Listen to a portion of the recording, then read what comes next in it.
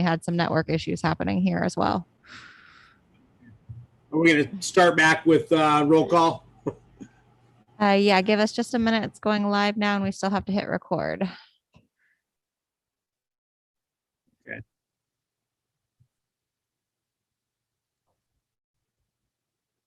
Oh, okay, Mr. Mayor, we're live and ready again. Okay, we'll try this again. Sorry about that. We'll call the meeting to order. It's a regular meeting of the Seldovia City Council, Monday, September 27th, 2021 at 6 p.m. We'll go ahead and conduct roll call. Peyton? Here. Nathan? Here. Sweat? Here. Colberg? Here. Morrison? Here. Rojas? Here. All right, looks like we have everyone in attendance. And Rachel, if you'll, or Heidi, if you'll lead us in the Pledge of Allegiance.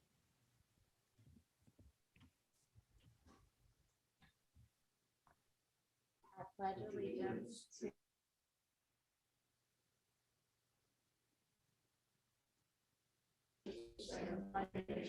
under God, indivisible, with liberty and justice for all.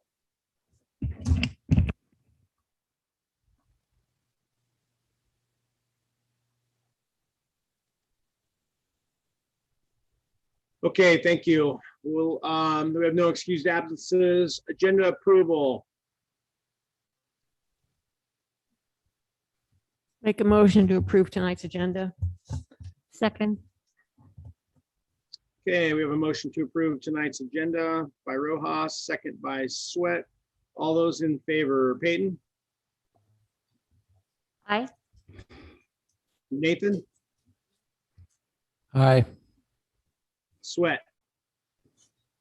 Aye. Colberg? Aye. Morrison? Rojas? Aye. Aye. Okay, there's just a slight delay on my end, so sorry if I speak over you guys. All right, so agenda is approved tonight. Item E, consent agenda. Consent agenda, all items under the consent agenda are approved with a single motion, no discussion, and one vote. The council member may request to remove any item for discussion and a separate vote. Tonight's consent agenda consists of the approval of minutes for the regular meeting, September 13th, 2021. Minutes of the special meeting, September 20th, 2021. Item 2, ordinance introduction. The ordinance 22-05, an ordinance to the City Council of the City of Seldovia, Alaska, amending Seldovia Municipal Code 2.08.050, duties and powers. Does any member wish to remove any item to discuss separately for a separate vote tonight?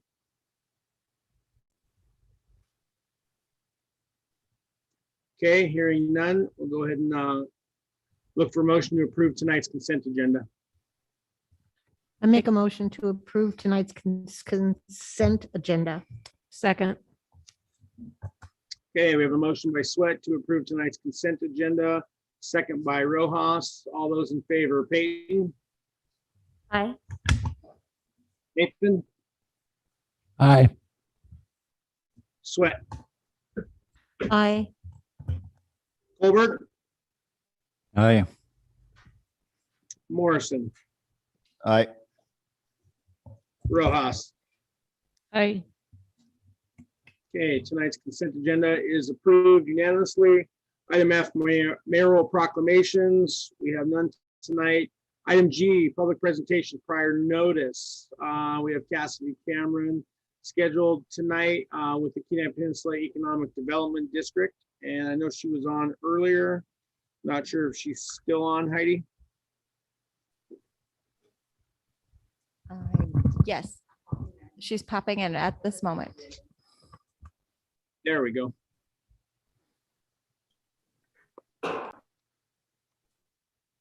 Hey, Cassidy.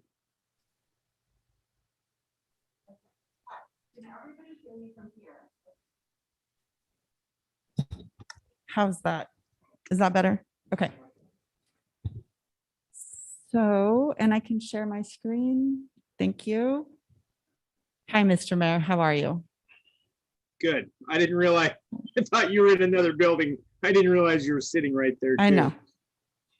I'm in a whole world, a whole different dimension. It feels weird being on screen, behind the screen, and in front of the screen. Yeah, So it's weird. it's weird.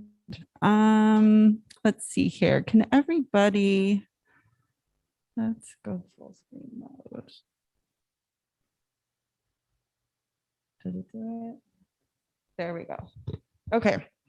So thank you all for having KPED here. And as you may or may not know, Tim was scheduled to be here in person and he got diverted away by the state leadership this afternoon on the peninsula. So he was in meetings today. And so we thought this would be a great time for me to say hi again and be here in person in the KPED role. So it's good to see you all again. And earlier today, I joined Rachel and Heidi and a few community members, and Bobby was in to discuss a little bit more in depth what KPED does and what kind of resources and programs we have currently for the business sector, for industries and for municipalities. So thank you for having me, Rachel. And I hope that it helped give a little bit more detail into how we can focus on small businesses and our priorities of being, kind of a conduit and a resource out there. And hopefully business owners and people will realize that KPED actually has some really good programs. We have a microloan program. We're getting ready to unveil our revolving loan fund program. And all of these are programs that are financial resources for the business sector to access when they may run up against a wall or a challenge. We are here to kind of connect those dots and backfill some of those gaps that they may be having. We also have a lot of resources throughout the state with several different industry partners, the tourism, the commercial fishing, maritime, the state legislators, and quite a few federal partners that we've partnered with USDA, the EDA, and the Denali Commission. So tonight I'll just give a nice short, sweet rundown of what we've been working on this year and what you can expect from KPED. And hopefully if you have questions, you can reach out to me, Tim, Caitlin, Abby, any of our staff, and you'll find our email somewhere in the presentation. So thank you. So as you know, the Kenai Peninsula, about the size of West Virginia, is very vast and big. It's extremely diverse, and so are the economic needs of the peninsula. And we try to make sure that we have a relationship or a presence in every community, whether it's an incorporated community or a unincorporated community. We want to make sure that everybody has the tools and resources at their fingertips that is very close by to access resources that will help them sustain their economic infrastructure, programs, projects that they're trying to fund, and just the overall well-being of their economic health. One of the ways that we do it is we do a lot of outreach and engagement. This is one of our pieces of person to person, human to human contact, which is so nice these days, of having outreach and engagement. And we meet, Tim really does do the traveling show pretty well. He has a pretty full packed schedule that rotates around to all of the municipalities, the borough, the assembly, the unincorporated communities, and then a whole bunch of industry partners that we work with across the state, or the state and also our region. One way that we one instance that we felt that was a really positive and a good way for us to showcase our engagement is when we just completed our SEDS earlier this summer. And for the public output or the public input piece and the public comment piece, you know, for a lot of projects and a lot of these drafts of these documents, people are just handwriting comments and sending them in or giving a call, jotting it down. Well, we felt it was important to make sure that all of our communities, our stakeholders, and our partners were represented in this SEDS document so that they felt that they were represented in some manner throughout the document. And so we met with 25 to 30 different agencies and leaders and communities during that process, which adds up to thousands of people that we've discussed and had their input, had what they felt was their priorities for their communities, and hopefully we represented that into our comprehensive economic development strategy. So from that said, we were able to identify that the overarching goal for the peninsula is quality of life. That is the number one thing that we try to keep in mind when we are working on projects, trying to find funding agencies, trying to work with our stakeholders is all of this making sure that we are maintaining this high quality of life that we have on the peninsula. And under that, we've developed the 5 goals and strategies for the SEDS and prioritized them based on the input that we received. So technology and communication, we had a great example of how important our broadband infrastructure needs to be built up and how strong it needs to be in order for us to conduct regular everyday business in today's world. The workforce and human capital. We have been hearing a lot about staff shortages. There's not enough people to do all of the jobs and fill all of those niches throughout the industries. And we have identified that that is a priority that we need to keep in our forefront and make sure that we are developing those systems in place to increase the workforce and the human capital for the region in order to elevate ourselves to that high quality of living. Infrastructure and land use, business climate and entrepreneurship, and regional partnerships. All of these sub goals under the quality of life, we feel are the building blocks of creating an economic infrastructure that is strong, resilient, and healthy for the region. Again, we try to prioritize cultivating and maintaining our current relationships and future relationships. We deal with a variety of different people and industries on a regular basis. We work very closely with a lot of the municipalities and the projects that they are trying to fund and develop for their communities. A lot of private industry. We deal with, for instance, Alaska Fish Nutrition. These are some entrepreneurs that have a vision. We've tried to help them along the way to connect them with investors, with partners, and with resources so that they can get their vision and their dream up to that next step. And we prioritize that. We think that without this, we're not going to be able to get to the high quality of life or get to building out our infrastructure, making sure that our business population is strong, or our human workforce and capital are strong and thriving.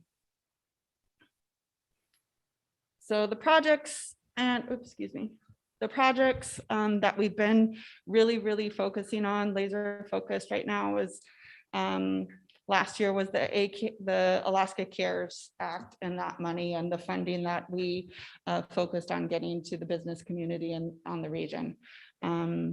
our Kenai Peninsula Workforce Development District website. We've unveiled that, and I shared it with Rachel, so hopefully she can share that website.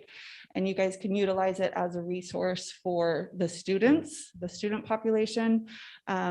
Anyone that is considering a career change or trying to find a new career, or information on how to get certified and how to get what steps you need to take to go into any different category of employment.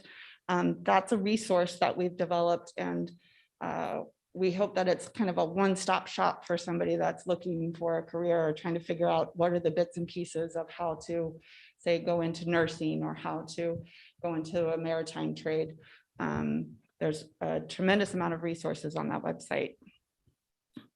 We have our YouTube channel, our economic resiliency program, which we're unveiling this spring, which will have financial literacy toolkits for our business owners, workshops and work sessions for business owners to come and learn how to better understand their financials, or how to better operate their inventory management systems.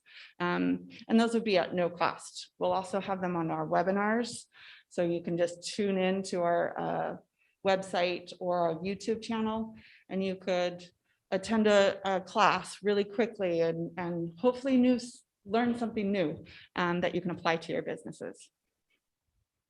So we've done our census coordination, the SEDS. We have a revolving loan program through EDA, and our existing microloan program, which I spoke about earlier today, are funding resources that KPED has in-house for small businesses and for startups. This is the revolving loan program through EDA that we are just on the brink of being able to release. We have a few documents, a few of the application pieces are still in our legal department.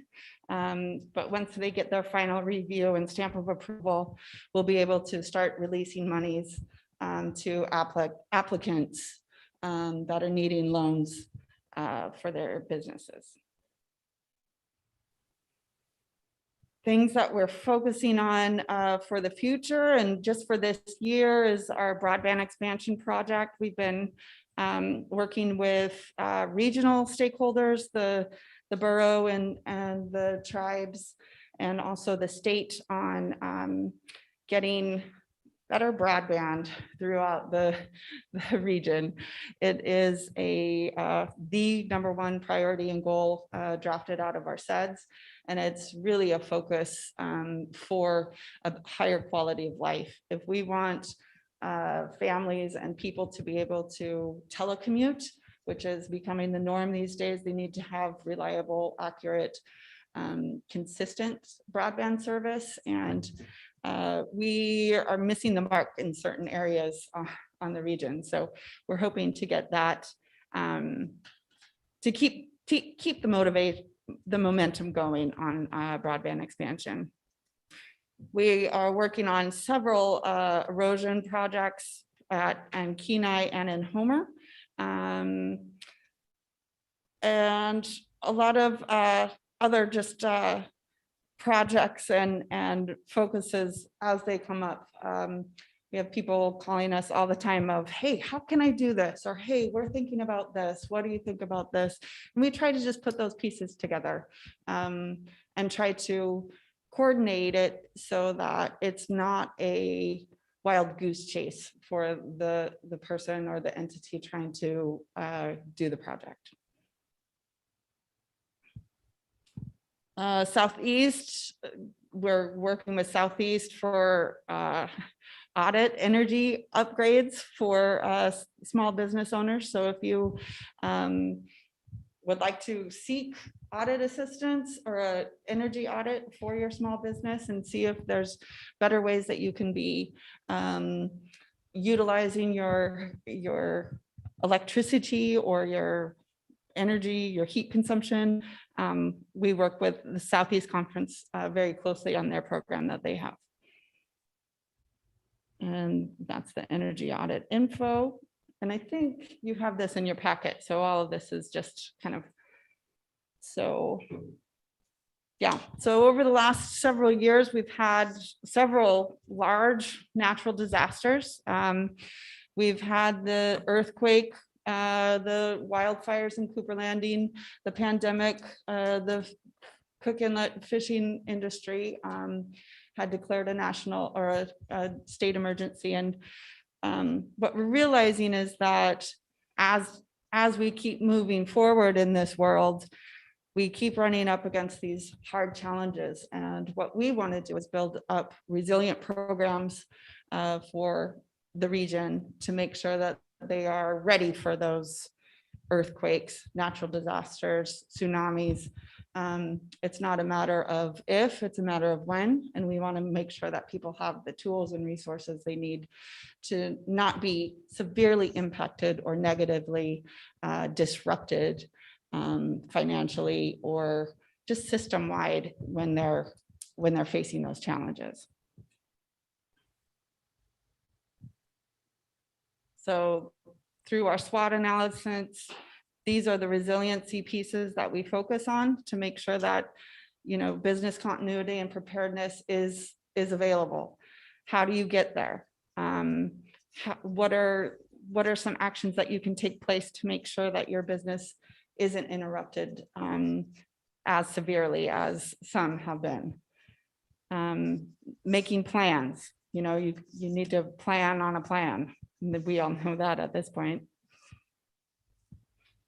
So we've also had the this final, I think this is the last slide. No. So this, I don't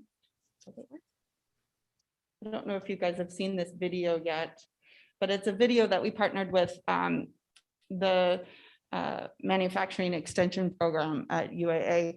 And it's a promotional piece for the peninsula, and it highlights all of the different aspects that the peninsula has to offer. And if you have a moment, we can watch it real quick. Okay?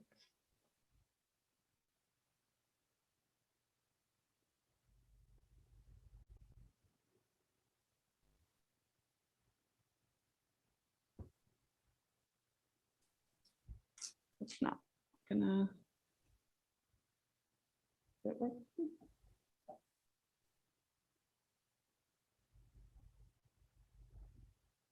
No, it's not gonna work. This is why broadband is your number one priority. Yeah, and it's really glitchy. So this video, I think you can find it on the city's website. I think you put it up somewhere. It's on the Facebook today, and I will put it on the website Okay. tomorrow. So Beautiful. Yep, we did post about it today. And you can find it on our website at kped.org. It's a really good piece. And what we want to do is have this showing up at when visitors come to a hotel, they click on the TV and they have kind of that default TV setting, and this would be playing on it. So it sparked your interest because people love to visit here, but they always think, how could I live and work here? Well, this video highlights how one can do that with some really great footage of the geography and just everything that the region has to offer, plus some business owners that we've supported and have really close working relationships with, and what their recommendation are to succeed on the peninsula.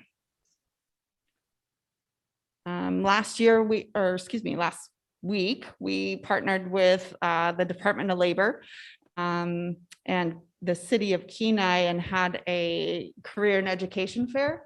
I think 33 employers ended up coming to it, and it was a great turnout. It was what better way to find employees and to get a job than to go to a career fair. So we're going to host another one, I think in March of 22 over in Homer, and we'll keep you guys posted on that, and hopefully loop in with the school to make sure that kids and students are aware that that is going on, because I know That's a great way to get your foot into the door, get an idea of what kind of employment is out there, and get an idea of how to work and have a career here on the peninsula. Every year we host an industry outlook forum. That's when we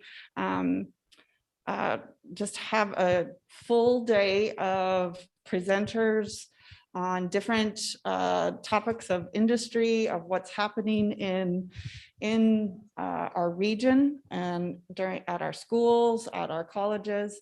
And this year we're working on workforce development. We feel that there's such a evident need of how to fill those staffing shortages for many of our employees or employers, and how to better be equipped for the upcoming tourism season next year and what we can expect. So please mark your calendar. We do rotate the location every year. So last year we did it virtually. The year before we were in Seward, and we've done it in Homer a couple of times. So this year is Kenai, and then I think we come back down to Homer and then go back up to Seldovia, but don't quote me on that. But it's a great way to connect and to network with municipalities, with public and private agencies. So I just want to thank you. I'm obviously not Tim Dillon, but I am Cassidy Cameron, and you know me. So thank you for your time, and have a great evening. Thank you, Cassidy. We really appreciate that. Good information, and obviously lots of resources for employers, employees, communities, local government, et cetera, at KPED. So I appreciate, again, it's nice to get a good update from you guys once a year, and I know you have a lot of resources on your website and everything listed. So, and it's good to see you again. So, any questions from anyone on council for Cassidy? Mayor, if I may. Sure, go ahead, Vivian. Yeah, just one question. How do you see if the broadband expansion on the Kenai, how does that relate to Seldovia? What would Seldovia catch on that drive? Well, okay. So your question was, how would broadband expansion get here?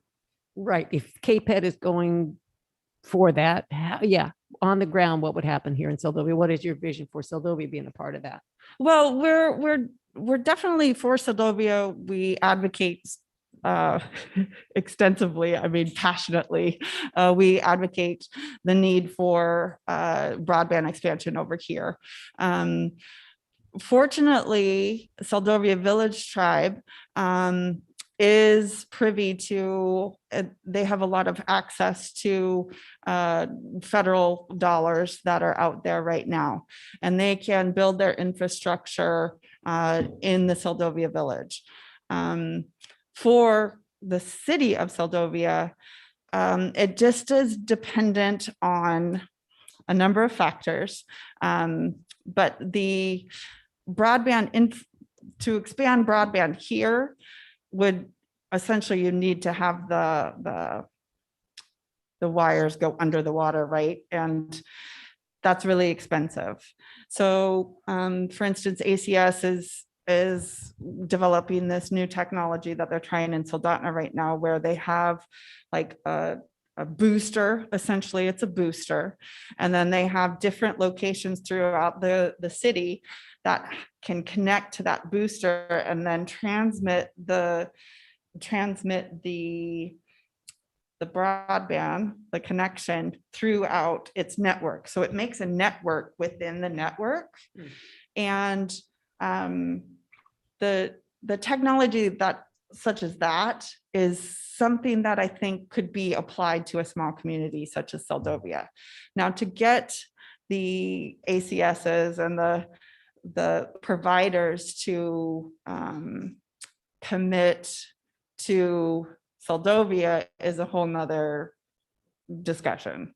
But we definitely, for Seldovia, in just to pull it into Seldovia, in every discussion that we have, we mention the need for, don't forget the small communities that are across the water, the Port Grahams, the Nunwallocks, the Seldovias, I mean, the Jackaloff, I mean, they all are in need of that too.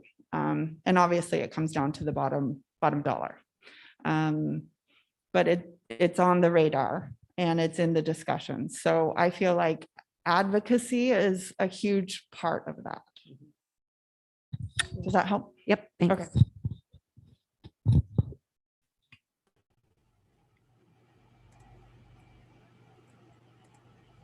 Thank you. Anyone else? Yeah, Mr. Mayor. Yep, go ahead, Bobby. Yeah, Cassidy, I just want to thank you again for all the information that you put together. It's sounds like there's a lot. I didn't realize all the things that they have to offer. You know, from little loans to all kinds of support. So anyway, yeah, thanks. Yeah, you're welcome.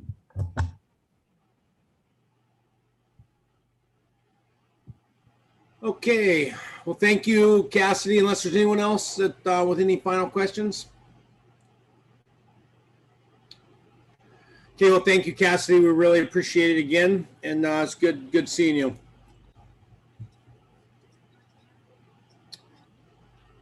Okay, Cassidy was our only one scheduled to speak for public presentation prior notice. That'll take us to item H, public presentation for items not on the agenda. Anyone with their hands raised, Heidi?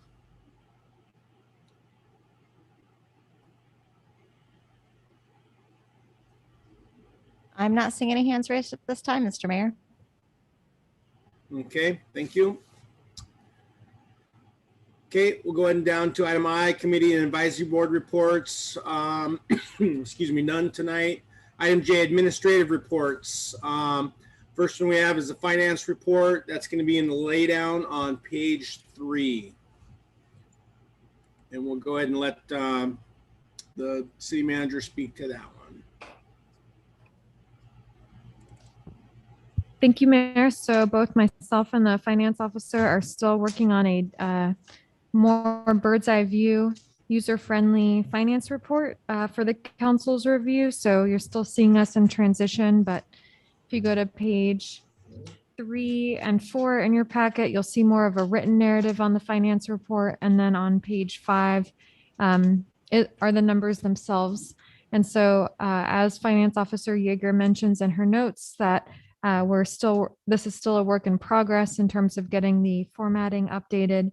I know that for one thing, I would like to see in both the expenses and revenues column, a comparison of where we were this time last year, just to see if there's any correlation or trends of how we're doing. So that's still a work in progress, but if there's any questions on the finance report, I can help answer them or take them back to the finance officer.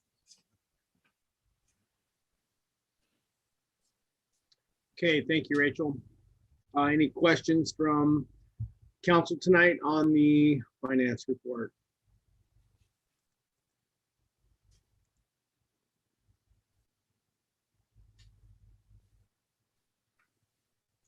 Yeah, Mr. Mayor. Yep, go ahead, Burley. Yeah, is there a breakdown of what we spent on the kiosks? Exactly where it got spent and how it adds up to 30,000? That's a great question. So in a previous finance report, that project had its own tab, and I don't see that here. But we have not, as far as I know, expended the full amount. I think we have a balance of about $4,000 left. And I can work with the finance officer to get that reflected in this new format. Thank you. Thank you, Burley. Any other questions for? Yep, go ahead, Bobby.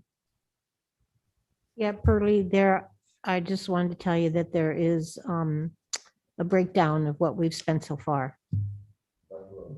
Yeah, I just don't, it's not included in this apparently. Thanks.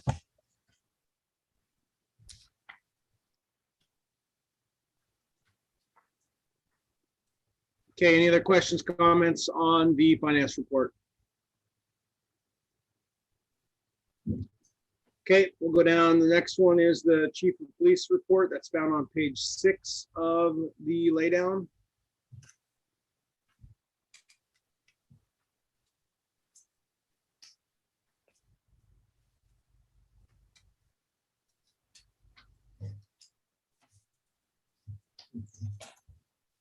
Yeah, I don't know if there's any. Tonight's just reports, right, Rachel? Right.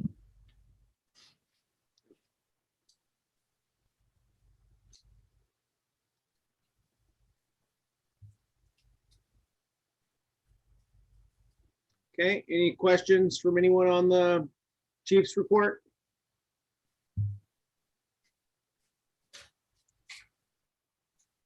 Okay, next one will be the harbor master's report. That's going to be found on page 7, also in the laydown.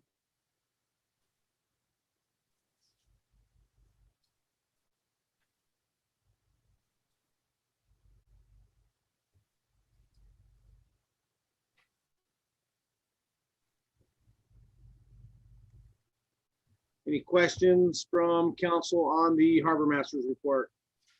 Mr. Mayor, Yep, go ahead, George. I don't know, about 3 or 4 meetings ago, I think we talked about some materials that were discovered that were applicable to the repairs that need to be made at the harbor. And I believe the maintenance guys were collecting the stuff and inventorying it and so forth with an eye toward perhaps a volunteer program to do some repairs at the harbor. Has anything happened along those lines, or? Am I? Through the mayor, Councilmember Nathan, not that I'm aware of, but I can ask and get back to you.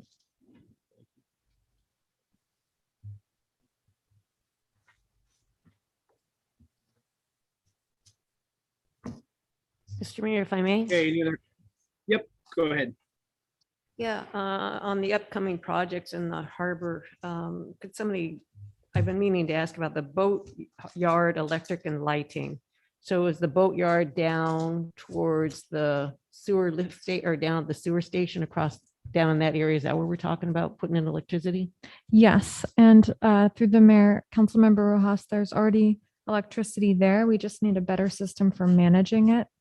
And it was in I think the last public works and maintenance report that we're hoping for the spring to be able to make those retrofits, since we had the person who normally does our electrical work come in and it was a very high cost estimate. And so we perhaps want to try seeing if our maintenance staff can have a solution in the spring for electric maintenance there. Okay, so we have juice there already. We're just trying to put in more areas where people can work on their boats down there. Is that it? And then we charge them in a certain fashion. I know this conversation came up years ago about how to manage, how to charge people. So Right, it's figuring out how we can charge people for electric that actually reflects their usage, because I don't think that has been occurring. okay, well, yeah, I'm in favor of it as long as we make sure that it doesn't become more for the maintenance crew to manage and that we don't charge for it. We make sure that we charge for what we're putting out there. Thank you. Thank you, Vivian. Anyone else on the maintenance report? Excuse me, the harbor report, I guess. Okay, let's see here. It's okay, I might have got ahead of myself here. The maintenance report is on page 9.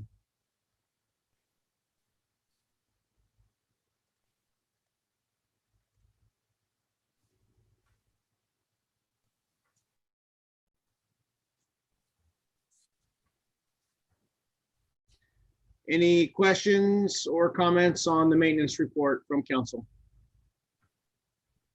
I have a question. Yep, go ahead. Rachel, I was just curious, do we have water leak over on Shoreline at Bev's house, in front of Bev's house? Through the mayor, Councilmember Sweat, I haven't heard of one. Well, there's always a little bit of water there, but I drove up to my granddaughter's the other day and there's a lot of water there. And it hasn't been raining. We will look into it and get back to you. Okay, I didn't see anything bubbling, so, but, you know. It might just be the road too. It always collects there, but there was just a lot. Thanks. Okay, any other questions on the maintenance report? I have a question.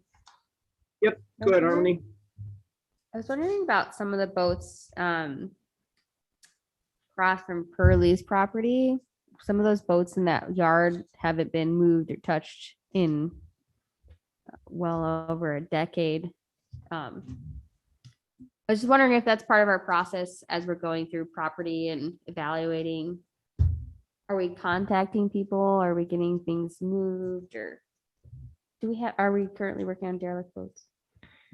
Through the mayor, Councilmember Payton, the city did a huge effort and doing a big push. I think it cost over $10,000 in FY19 to remove derelict vessels, and then we were gonna start on that again, but the legal attorney fees for resolving some of those issues, it's quite expensive, but I do think that the city should, and I can review the storage agreement, have clauses that state things pertaining to if your vessel has been neglected or forgotten about. These are the repercussions for how the city will resolve getting your boat out of the storage yard.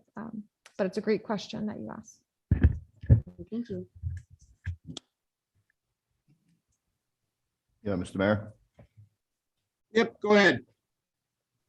Yeah, at this point, is there any boats that are really derelict? Are they paying their storage? Are there boats that have neglected their storage payments, or? Yes, there are. Through the mayor. All right, thank you.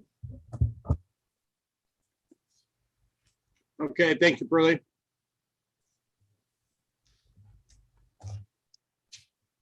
All right, there's no other additional questions on that. We will go ahead and move on to our next item.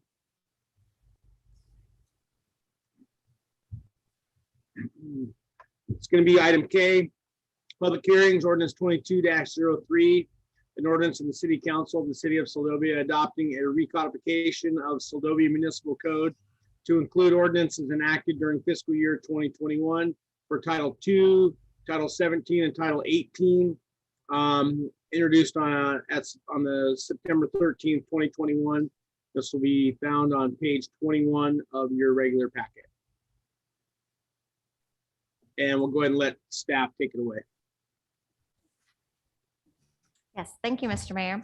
So as you stated, page 21 of the packet, this is just a general housekeeping item that we try to annually take care of, where all of the ordinances since the last codification that have been adopted by council have now been incorporated into the regular municipal code. So fortunately, this year that only affected Title II, Title 17, and Title 18.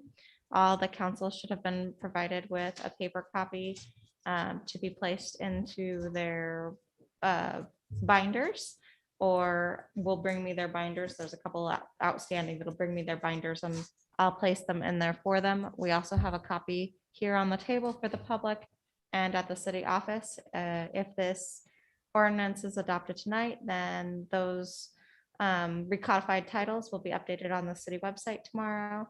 And as stated before, those copies are also available at the city office for anybody in the public to view. Thank you, Heidi. Appreciate that. Okay, we'll go to council. Any questions or comments from council on ordinance 22-03?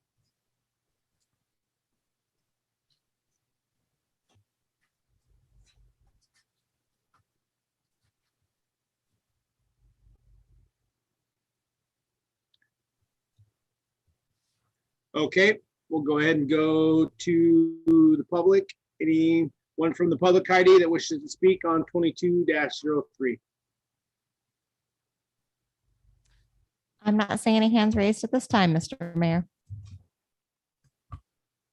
Okay, that'll bring it back to council for final action. Obviously, this is an annual housekeeping measure that we take, and I obviously will be in support of this.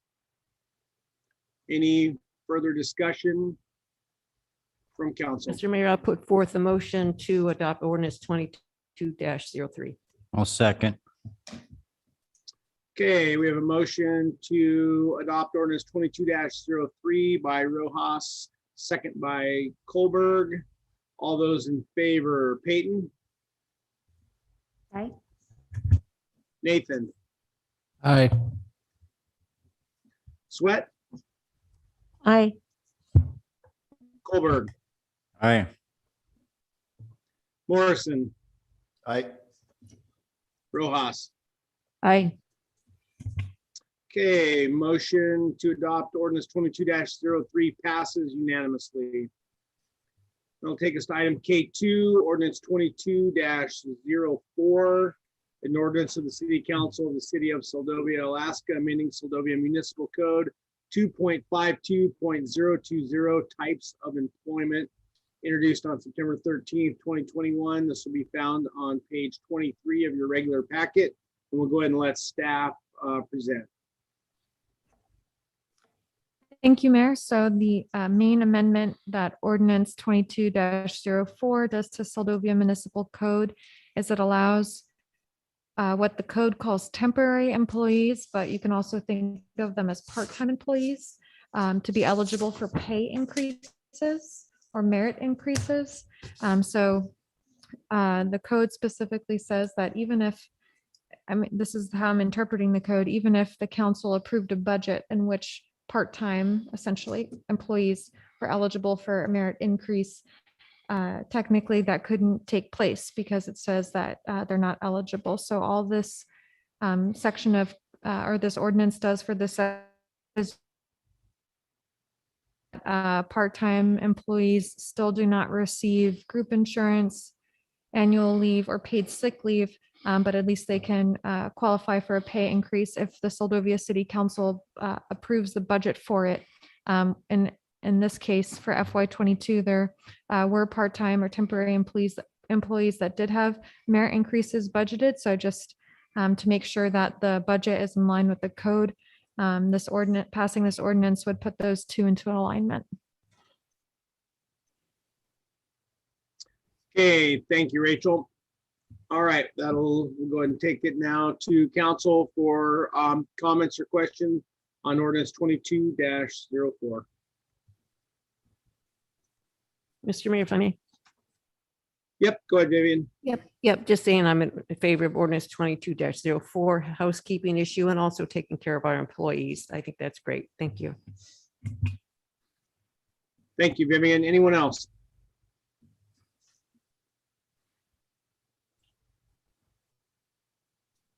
Okay, we'll go to the public. Any hands up, Heidi, for the public to comment on ordinance 22-04?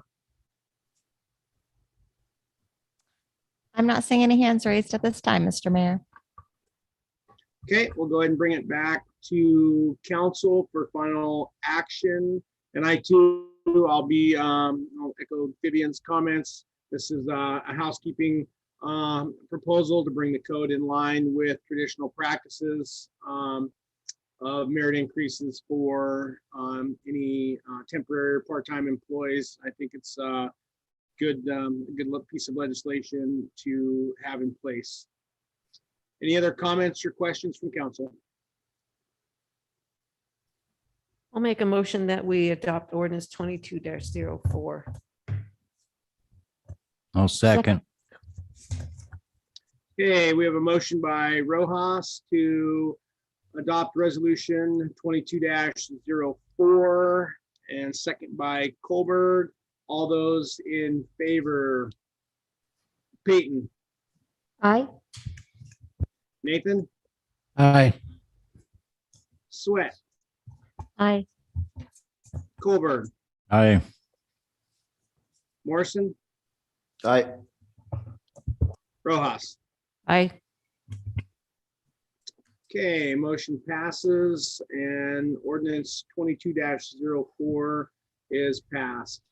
It'll take us to item K3, resolution 22-11, a resolution of the City Council of the City of Seldovia, Alaska, designating the $225,648.17 in unencumbered funds held by the Alaska Municipal League Local Investment Pool as major maintenance and repair funds.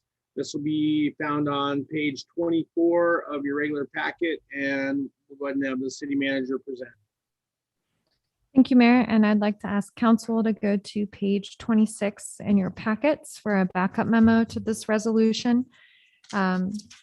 This resolution, I'm very much looking forward to the discussion with council because I think it helps button up some ambiguity that the city has experienced when looking at our AMLIP account. So typically in the finance reports, council was shown AMLIP as encumbered and unencumbered, where encumbered represented the Seldovia Permanent Fund, and we weren't exactly sure what the unencumbered part meant. And I was still not sure myself, but I have seen how we've used it in the past. So we used it to help the city pay for insurance, general liability insurance. We've used it to help us pay for roof work. We've used it to help us with, oh goodness, I just lost the third one. But anyways, major projects for the city. And so the city clerk actually helped me think this through because I was looking at the ordinance, which is included in your packet on page 29. I was looking at ordinance 13-07, which is the ordinance in which the city council authorized the $220,000 purchase of the loader out of this fund so that we could have a new loader at the city. And it says that the funding for the loader comes out of the unencumbered fund balance general fund.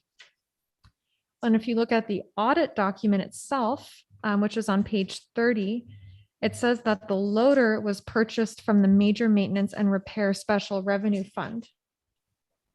And when I look at how we were budgeting last, we were calling that fund AMLIP. So, and sorry if this is convoluted, and I hope that the memo explains it a little bit more clearly, but I believe anytime council was presented information about the unencumbered fund, that was actually our major maintenance and repair fund. They're the dollars that we could use for repairing our assets, and our Seldovia Municipal Code actually goes over how those funds can be used. Because initially, or my interpretation without knowing the history at all about how those dollars came to be, is when you see the word unencumbered, it just means no strings attached, money with no strings attached. And so by the council now designating that as major maintenance and repair funds, it means that's their intended use, which adds a lot of clarity for current administration and current councils and future councils and administration, and also make sure that we actually have a rainy day fund for taking care of our aging assets. I'm happy to answer any questions as well as go over the documents that were included, because once I realized that I think that's what the unencumbered reference to is in our AMLIP statements, I then was able to look at the budget and figure out a percentage of how that unencumbered money should be allocated across the 6 major funds: general fund, water, sewer, dock, boat haul out, and the harbor. So I'm throwing a lot of information all at the council at once, and ready for your questions. Mr. Mayor, Yeah, go ahead, George. I have one right off the top. Didn't we lose a grant or a low interest loan for a sewer lift pump because we did not have an unencumbered fund to back up our sewer department? No, we lost that state revolving loan opportunity because we didn't have a good best practice score. So the state of Alaska grades all of the water and sewer systems. And if you have a score, I think you have to be in the 60 to 70 range, I think. And if you have a score that's there, then you can qualify for the loan. And then depending on the project, up to 75% of it can be forgiven. But because we didn't meet the criteria of the scoring, one of the main things being that we don't have a level 2 operator. So that automatically deducts, I think it's 10 points from our score, just because we don't have someone that meets the certification of our water treatment plant. We weren't able to get the loan for the lift station pump. So completely separate. I guess my memory fails me because that isn't the way I recall the process in trying to get the lift pump for the sewer. But I'm old. Thank you. Mr. Mayor, if Any I may- other questions or comments? Yep, Yes, Mr. Mayor, if I may. yep, go ahead, Vivian. To the city manager. So how did you determine the major maintenance repair funds across the? I mean, how did you determine, let's just say, the harbor at 11% and the boat haul out storage at 40%? Can you explain that to me? please? Yes, through the mayor. Thank you for the question, Councilmember Rojas. So if you go to page 32 in your packet, I pulled this document from your FY21 amended budget. And when I came to the city, when I saw this, I was under the impression that we had tangible major maintenance and repair funds money, and there was no such fund that existed that I initially thought. I just saw AMLIP and the city's bank account. I saw no separate fund that said major maintenance and repair funds. So we zeroed all of that out because I felt like it was showing something that wasn't there. And so I'm going off of the assumption based on our audit statement that whenever you guys see unencumbered, that really meant major maintenance and repair funds. I went back to the FY21 amended budget and looked at what percentage those dollars were based on that $233 amount. And I had to go about it that way because our AMLIP statement doesn't have $233,060.95 in it. It has, I think it's 225,648. So I came up with a ratio to show that matches the budget, the FY21 amended budget, to show of that tangible money that we were used to seeing as unencumbered, how that gets broken down based on the budget document itself. Does that make sense? Yep, that makes sense. Okay. The, if I may continue. And Mr. Mayor, if I may continue? Yep, absolutely. Go ahead, Vivian. So what we're asking to do is putting major maintenance repair fund and splitting it up amongst the different funds, the different departments. Is that what I'm hearing? So, With the $225,648.17. so yeah, so that 225,000 right there, that's the unnamed money in AMLIP. So we're now going to call that AMLIP Major Maintenance and Repair Fund. So there will be no confusion as to what that money can be used for. So it's very helpful by the council doing this. You're basically ensuring that those funds are used to take care of our assets. Mhm.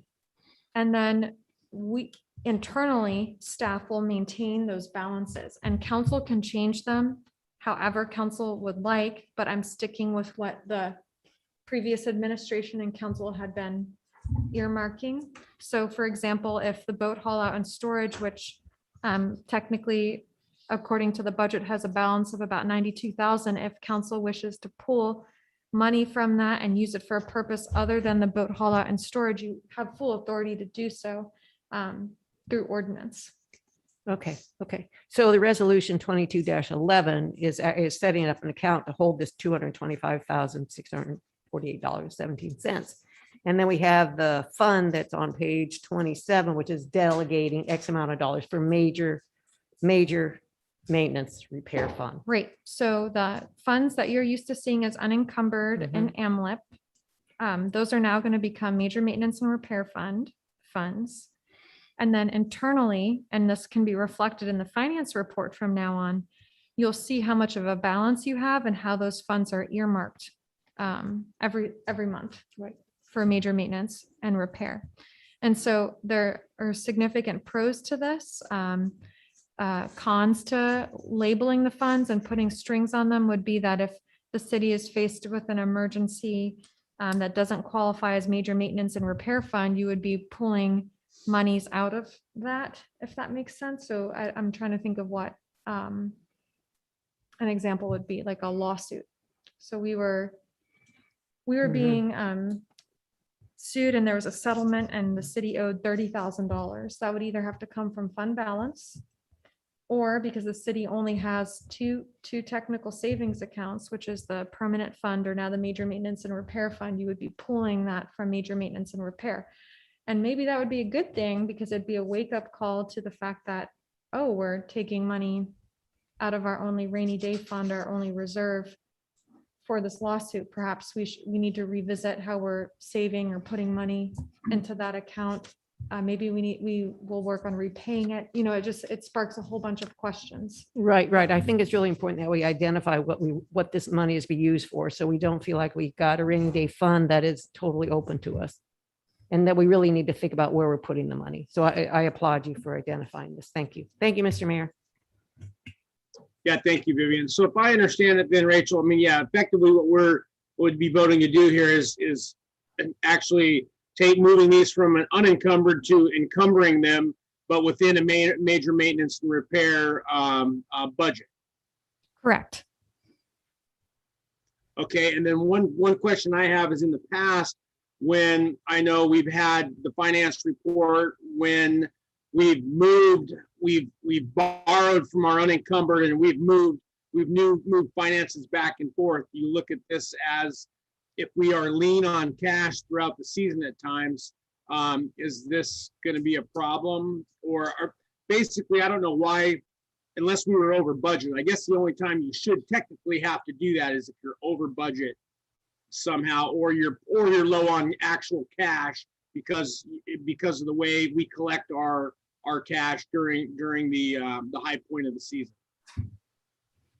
Right, that has happened in the past, but a major way that we improved that from happening this fiscal year was signing up with our insurance company to have a payment plan. So that way we weren't taking a $100,000 hit all at once in 1 year, but amortizing it over, I want to say seven payments for the fiscal year. Or more. So that's one way of avoiding taking a significant amount of money and possibly having to pull it from the unencumbered fund.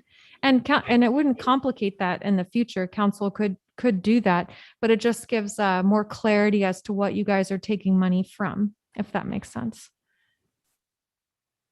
Yep, absolutely.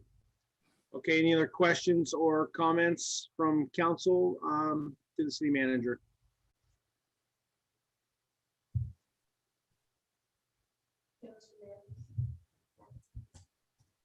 Mr. Mayor? Yep, go ahead.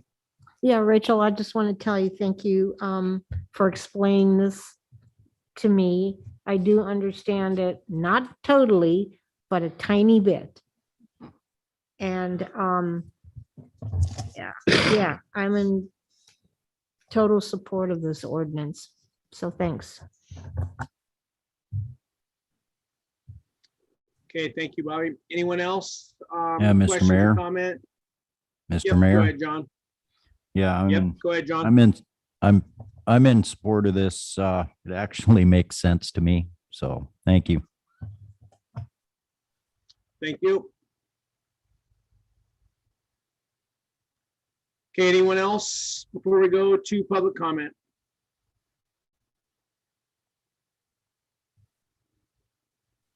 Okay, we'll go to public comment. Heidi, is there anyone that wishes to speak on ordinance 22-12?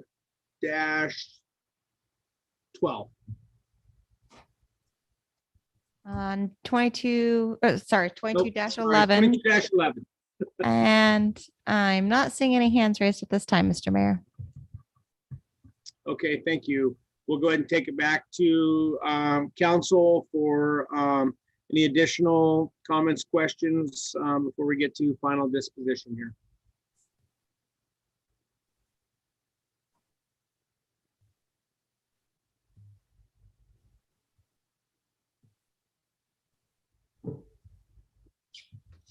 Okay, if no additional questions, comments, we'll look for a motion on resolution 22-11. Yeah, Mr. Mayor, I make a motion, we accept resolution 22-11. Second. Okay, we have a motion by Sweat to accept resolution 22-11. Second by Rojas. All those in favor, Peyton, Aye. Nathan, Aye. Sweat, Aye. Colberg, Aye. Morrison, Right, Rojas. Aye. Okay, motion passes. Resolution 22-11 does pass with a vote of 6-0. That will take us to item, let's see here, scroll item K4. That'll be resolution 22-12, an emergency resolution of the City Council of the City of Seldovia, Alaska, authorizing $3,884 from the Major Maintenance and Repair Fund for the purpose of repairing the city office entryway roof. This will be found on page 34 of your packet, and we'll go ahead and have the city manager present. Thank you, Mayor. I'd like to ask council to open up your laydown packet and take a look at the last 2 pages in your laydown packet. They're photographs that show exactly what we're talking about at the city office.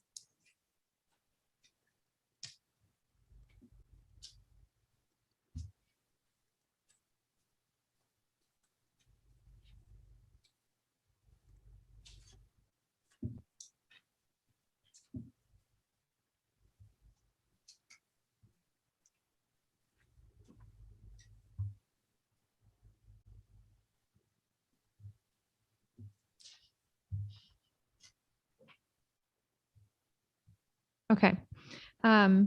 It's not a site you can miss because it is at the city office, and perhaps some of you have been curious why there's candlesticks with caution tape, and I believe it's been in a previous manager's report. But staff have been working to get new materials in order to repair the awning, specifically the purlins of the city office roof. And staff reached out to at least 3 companies and didn't hear back from one of them until I think it was just last week. And I don't know if it's because the construction season has just been such a high demand on businesses, but we finally have a quote that seems reasonable in order to secure the materials to work on the awning. And staff feel at this time comfortable to replace the purlins and work to make the entryway of the city office safer. So when the city worked to replace the city office roof, the city elected not to repair the awnings. So this is still, I believe, the original awnings of the building. And it's at the point where perhaps one of those purlins or the tin could come off and hurt somebody. Our Public Works operator, Johnny Gruber, before he was in his permanent capacity as a temporary employee, was even peeling off a piece of the metal that in a windstorm was just dangling from the city office roof. So you could reach up and grab it and pull it completely off. And so it's a safety hazard, and our staff feel like it's a project that they could try working on in-house at first. And so this resolution gives permission to take funds from the Major Maintenance and Repair Fund, which we all now know as the AMLIP unencumbered account, split across the water, sewer, municipal dock, and boat haul at special revenue fund allocations, because the city office provides administrative services for all of those things. So that way we can get started on getting the material here. And I think it's important to note that we were working on this roof before we got notice from the Seldovia Lou building, that their roof also had some issues. So we have two major roof projects that we're working on at the same time. And so this is just allowing us to act quickly because the quote for the material expires on September 29th. And so this is before council for your consideration, and I'll do my best to answer any questions. Okay, thank you, Rachel. Any questions or comments for the city manager? Yes, Mr. Mayor, if I may. Yep, go ahead. Yeah, do we still have a ferry to bring over these materials? And you're in room with the ferry, so are we on a time frame here that we need to get cracking? Through the mayor, that's a great question, Councilmember Rojas. I haven't heard from the ferry terminal office about the future ferry sailings and what's going on with the Tustamina and the Kennecott. I know that we received a call from the ferry last week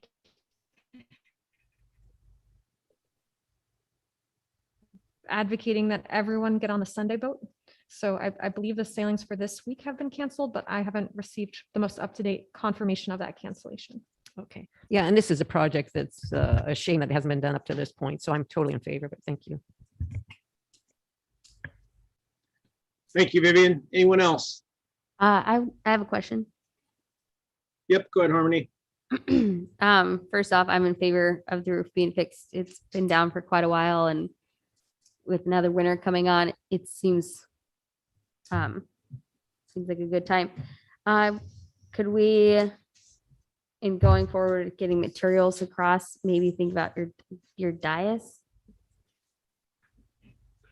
I mean, That's actually here, Councilmember Payton. oh, is it? Yes. Just kidding. All right, well, that's neat. I'm in favor of getting the roof fixed. Thank you, Harmony. Anyone else? Questions or comments for the city manager? Question. Okay, Where go are ahead. we at? Where are we at in the process with the fuel loops roof? So Mayor Campbell, after he did a site visit on Labor Day and inspected the roof, he provided me with suggestions of how we could tackle the project. Our administrative assistant contacted many businesses in Seldovia and Homer prior to getting the mayor's insights to see if they'd be willing to do the inspection. There were no bites. So then we got the information from the mayor. And I've shared that with staff and have asked for them to give me feedback on their capacity to do that work. But simultaneously, I've asked the administrative assistant, Diane Gruber, to go back out to the business community and ask for quotes on what it would cost for other people to do that work, because I just don't know what our staff is capable or has the capacity for, and winter is coming. Okay, excellent. I just figured it was good to ask that question because I'm sure somebody will ask it later on.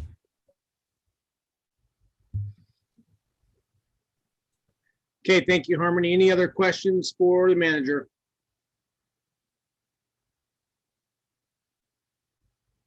Okay, we'll go to public comment. Any questions or anyone have their hands raised? Heidi from the public.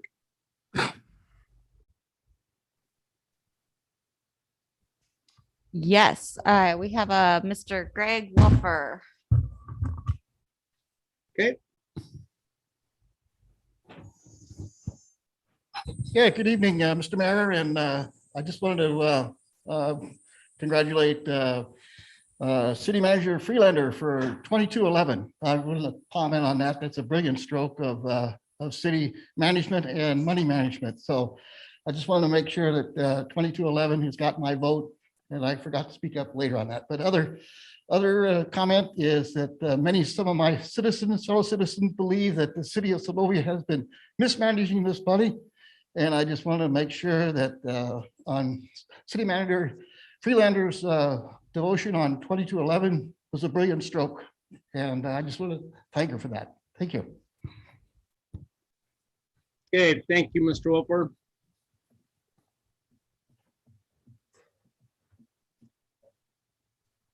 Okay, anyone else, Heidi, with their hands up or wish to speak on 22-12? Yeah, Mr. Mayor. Go ahead, Pearlie. Yeah, so our maintenance staff feels confident that they can fix that roof at the city office. And did you say the materials were in the house?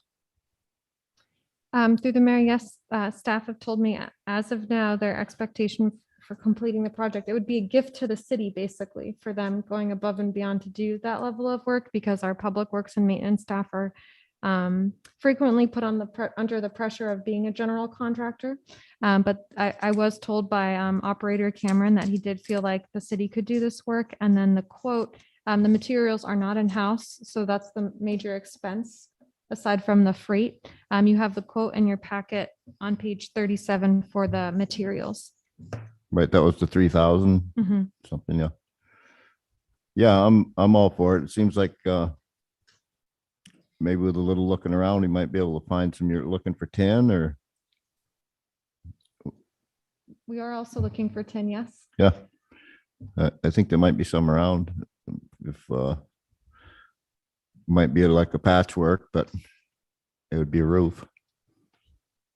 Anyway, thanks. I'm all for it. I have complete faith in our staff that they'll be capable of doing it. Okay, thank you, Pearlie. Any other questions or comments from council before we look for a vote on this?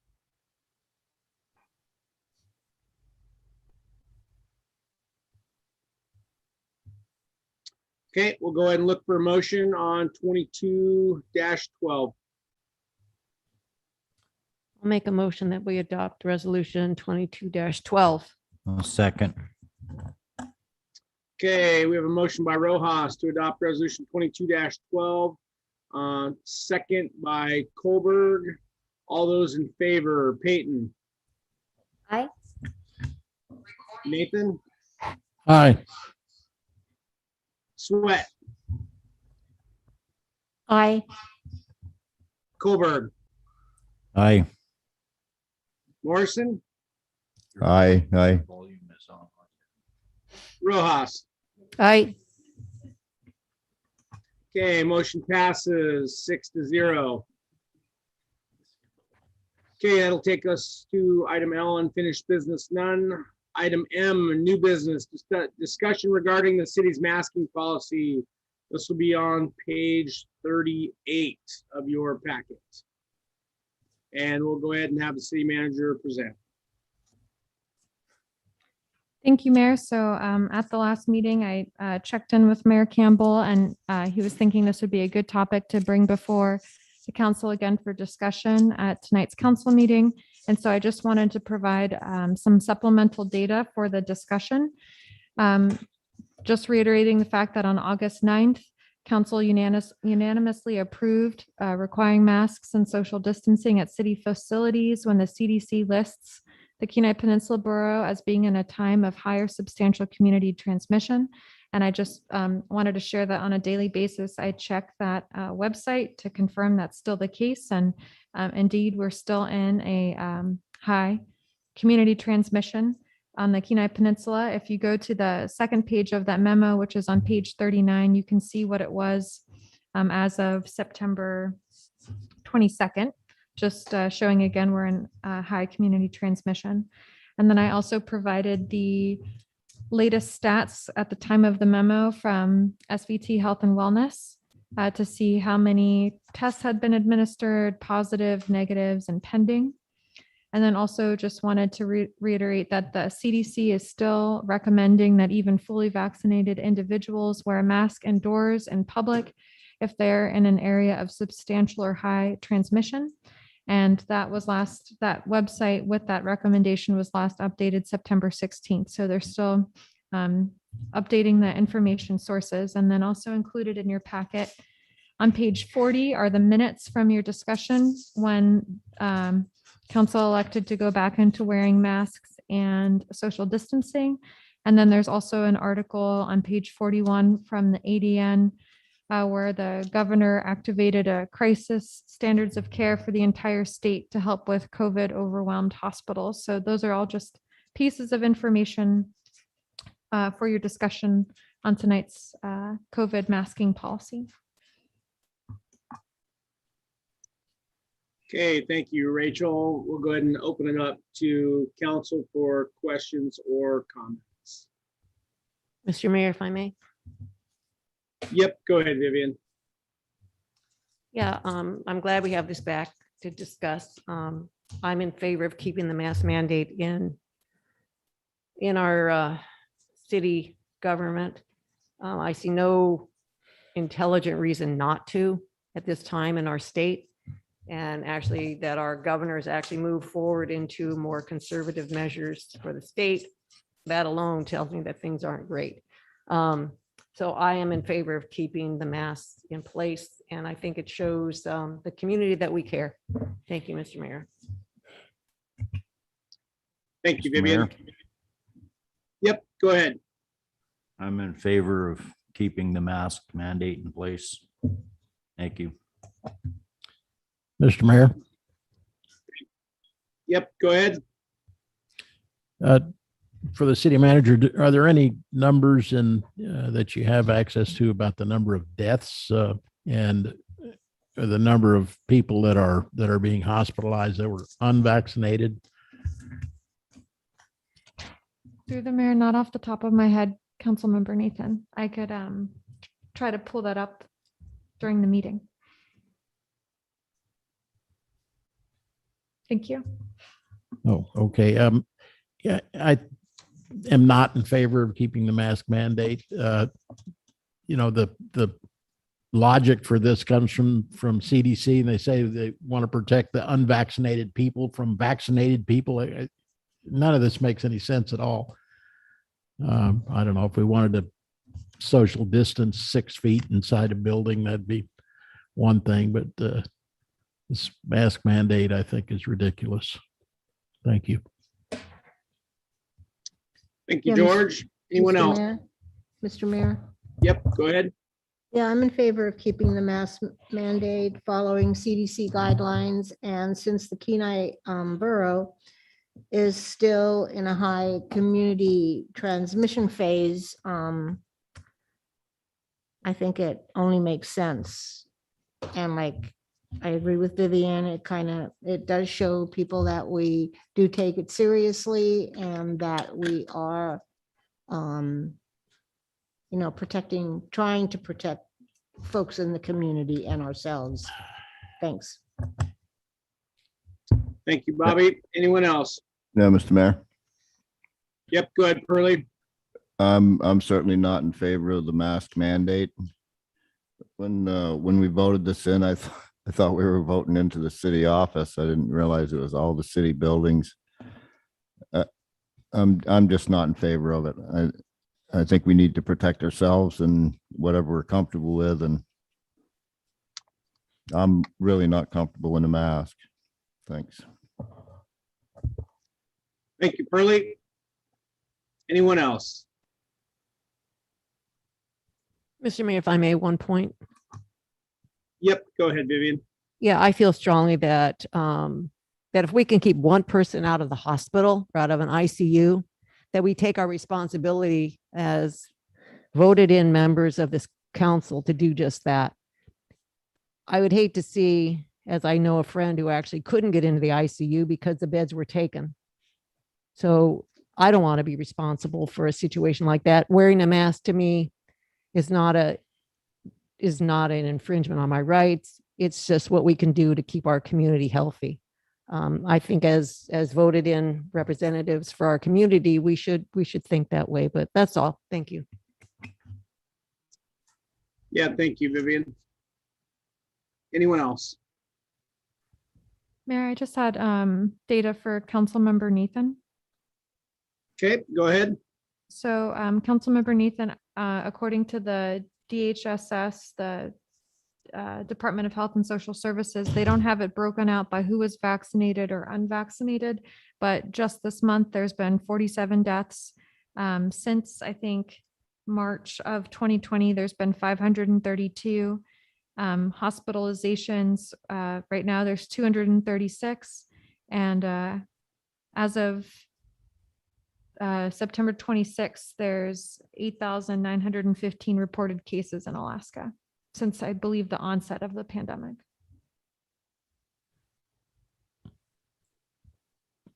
Thank you. Thank you, Rachel. Yeah, I'll just chime in with my 2 cents here before we go to the public. Obviously, I'm not a big advocate of the mask mandates as well. It seems like a responsible thing to do, but without getting into the details, I mean, I'm not convinced that the masks are solving all of our problems. I believe if you go up and sneeze somebody or spit on somebody, you're probably passing it along, but I just don't understand how a flimsy cloth mask or a t-shirt or whatever it is actually helping when we're all touching and breathing the same air and the same surfaces most of the time. You know, most likely social distancing, if you're truly, staying out of range, and or the vaccine are probably the two biggest safeguards rather than the mask. But that's my personal opinion. When I brought this up to Rachel 2 weeks ago, obviously we were still, things were high around the state, and then it just seems like from about that day forward, things have exploded around the state. So obviously there's, it's probably I guess the higher the number of people will want to see masks in place rather than that the larger numbers will prevail. I'm sure. So, but yeah, that's my 2 cents. So let's go to the public, then we'll come back for final comments and disposition on the masks. Heidi, anyone from the public wish to comment? Yes, we have a Miss Kate Homan Billmeyer. Okay. Hi, good evening. I'd like to take this opportunity to thank the council for holding space for this discussion, and to also extend my gratitude for putting in place the current mask mandate. As someone who rents an office from the city at Seldovia space, I am appreciative of this added measure and appreciative of the fellow tenants and the wonderful staff who abide by it. I'm also a parent of a child at Susan B. English School, and the city's mask mandate has added an additional layer of protection for our children. Whether or not that was the original intention, the consequences of that action are welcome. As you well know, the Kenai Peninsula Borough School District does not have a mask mandate in place, and the city's policy has allowed that mask policy to be implemented at SBE. Currently, CDC guidance for COVID-19 mitigation in schools promotes a layered approach: vaccines, masks, testing, social distancing, cohorts, and ventilation. While the staff at SBE have done an incredible job of keeping our children healthy and learning in person, they do not have access to all of the tools in the toolbox to continue keeping our children safe and healthy during this global pandemic, namely vaccines for children under the age of 12, which are currently out of reach. Weekly testing is occurring in some smaller Alaska communities like St. Mary's, acting as a preventative measure to catch positive cases early. However, we do not have that kind of resource in this community, not at the school, not at the clinic, and not at EMS. So our best layer of protection is masking. CDC data released on Friday demonstrates the clear link between school mask mandates and decreased COVID-19 outbreaks in school. One study in 2 Arizona counties found coronavirus outbreaks were almost 4 times more common at public schools without mask mandates. Colorado's State Health Department also released a study on Thursday demonstrating that in a comparison of 48 Colorado school districts, lower coronavirus case rates were associated with districts that are requiring masks in schools. The data is in, masks are working in school settings. Please don't be fooled by arguments that tout the inefficacy of masks or the reductionist narrative that if masks were working, we wouldn't have COVID. Nothing is foolproof, that much is certain, and masks were never meant to stop COVID, but they do present a speed bump on the pathway of this accelerating virus. There is now a growing body of evidence that demonstrates that masks slow the spread of COVID-19. Please, let's listen to that. In addition to keeping our kids physically safe, Masks are keeping our kids in school where they want to be. If masks go away, SBE staff will likely have to implement other measures to protect our kids. Measures that will end up limiting the kinds of activities that they love and look forward to. In the end, our kids will be the ones who suffer. They want to be with their friends and their teachers. They want to learn in person. They want to do group work and PE. Our kids are resilient and strong and bright. Please let's honor the sacrifices they're already making by continuing to have a mask mandate in place that protects them and keeps them learning together safely in person. I urge you to keep the city's mask mandate in place. Thank you for your time, and I'll listen back on mute. Thank you, Kate. I appreciate those comments. Anyone else? Heidi from the public. Yes, Mr. Mayor, we have a few. Next, we have a Mr. Greg Wolfer. Okay. Good evening, Mr. Mayor and City Council. Yeah, I just want to briefly say that I support the public mask mandate and avoidance, as well as social distancing and so on. So I support the city's mask mandates. Thank you very much. Thank you, Greg. Appreciate that. Next, we have Mr. Scott Johnson.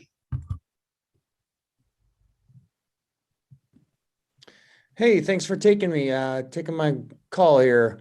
So I'm the principal over at Susan Bay English School. How are you doing, everybody? Before school began, the city council passed a ruling to mandate masks, in the city buildings until the transmission rate dropped below substantial. I was really grateful for that because a side effect of the ruling is that our school was able to be classified as a school with universal masking. And the reason I was happy about that was because a lot of our kids, all of our kids under the age of 12 are not vaccinated. And so the only layer of protection they had were the masks. And I know that some people think the vaccine is more dangerous than COVID. Some people think COVID's more dangerous than the vaccine. But whatever side of the fence you're on, I think it's fair to give parents the opportunity to get their kids vaccinated before we get rid of these masks. On Tuesday, September 21st, which was last week, we had a positive case in our school. And the other students around this student in close proximity were tested today. And based on those test results, I'm confident that the masks were an effective shield. Although the virus is smaller than the mesh of the mask, the virus travels through water droplets in the breath. And these water droplets are not smaller than the mesh of the mask. So I think that's why the masks are effective. Like any shield, it's not going to be 100%. But without a vaccine, we only have the masks really to protect these kids right now. So I'm just super grateful for the city's masking policy. And if it changed today, I'm going to try to find another way to continue universal masking, at least until Thanksgiving, because in October, the parents of children are going to have the opportunity for their children to be vaccinated.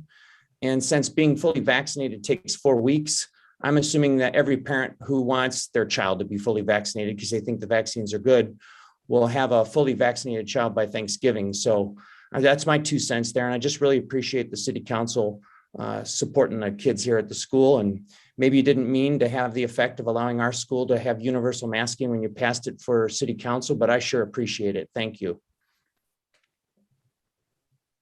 Thank you, Scott. Appreciate those comments and enlightening us further on your point of view, and then obviously we heard from one of your staff members as well. So appreciate that. Well, she's a parent. Anyone else, Heidi? Yep, gotcha. Anyone else, Heidi, from the public? Yes, we have a Miss Cassidy Cameron. Oh, here we go. Can you hear me now? Yep, loud and clear, Cassidy.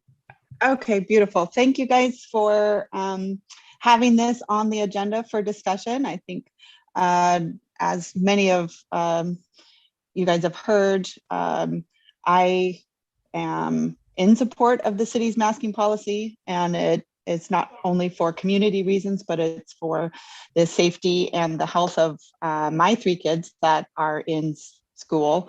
They have loved going to school in person during these challenging times. And I do think that the masks pose some type of protection in the grand scheme of things. They aren't able to be vaccinated, and this is one way that they can go about kind of living some sense of normalcy. So I really support the city's masking policy, and I hope that you can keep it in place at least until COVID numbers shift for our state. So thank you. Thank you, Cassidy. Appreciate those comments. Heidi, anyone else from the public that wishes to speak on the mask mandate?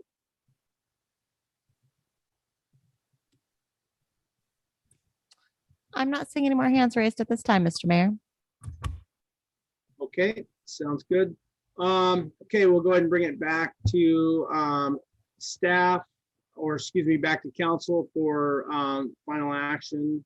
If there's any additional discussion on the city's masking policy, or if we want to have any kind of, I mean, I guess at this point, if someone wanted to make a motion for any kind of affirmative action to take place, we can certainly do that.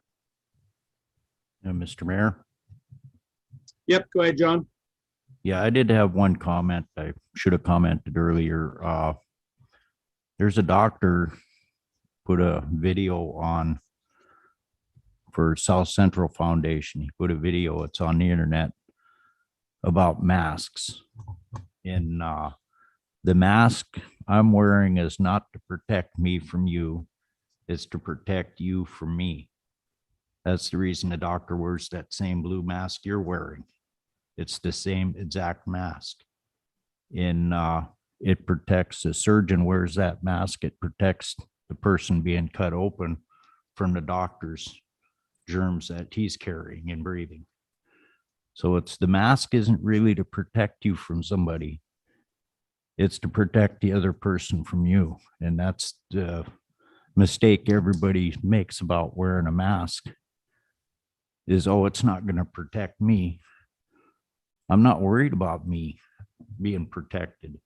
If you're not wearing a mask, then my mask isn't going to do much good in the long run, but it stops the majority of the wet droplets going out. So I'm in favor of keeping it in place. Thank you.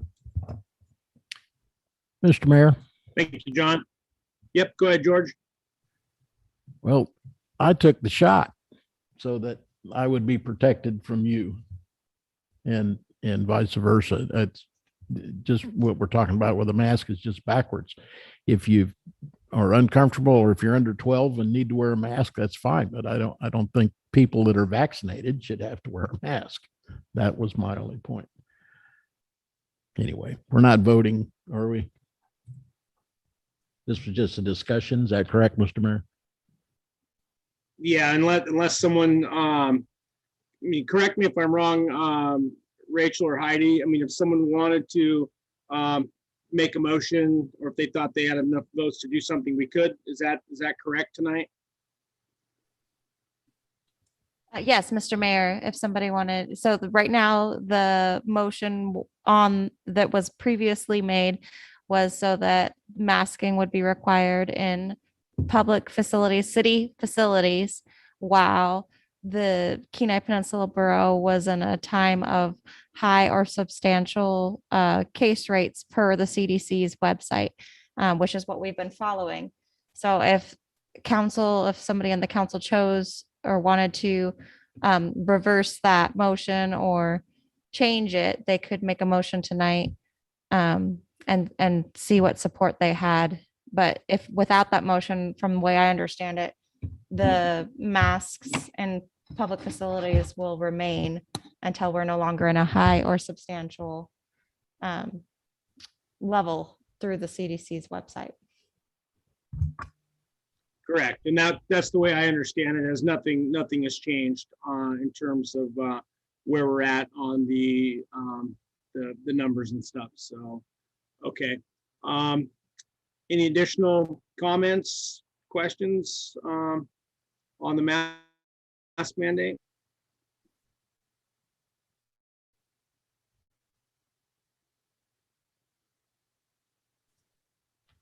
Okay, anyone feel like they have enough information or have enough support that they want to try to change it, or do we want to leave it alone? From what I've heard, obviously the public has spoken and they are overwhelmingly in support of where we're at right now.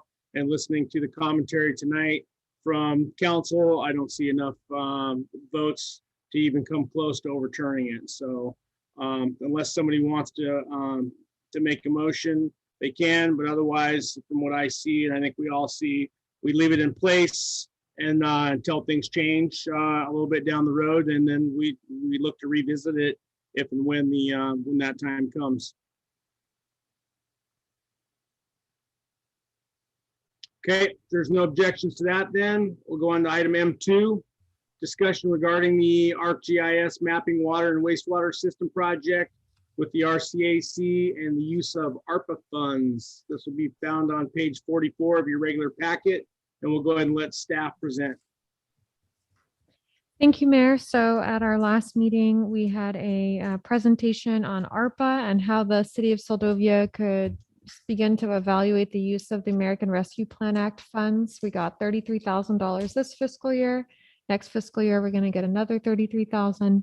And there's no rush to expend those funds unless there was a specific project, then that might trigger some deadlines, but we still have a good amount of time to look at how the city of Seldovia could leverage or mobilize those funds while meeting ARPA's intent. Well, before I started at the city, staff had been in discussion with a nonprofit called RCAC to map our water and sewer infrastructure. And we pumped the brakes on that project because I don't think it was meeting the full intent of what council was hoping it would, and would also take a significant amount of staff capacity and time that we didn't have. And so we said, well, we'll delay being considered for this round of your funding for this work. But then next funding cycle, can you please consider Seldovia? And so that time has come. They now are considering us again and asking, can we count Seldovia in for this water and sewer mapping project?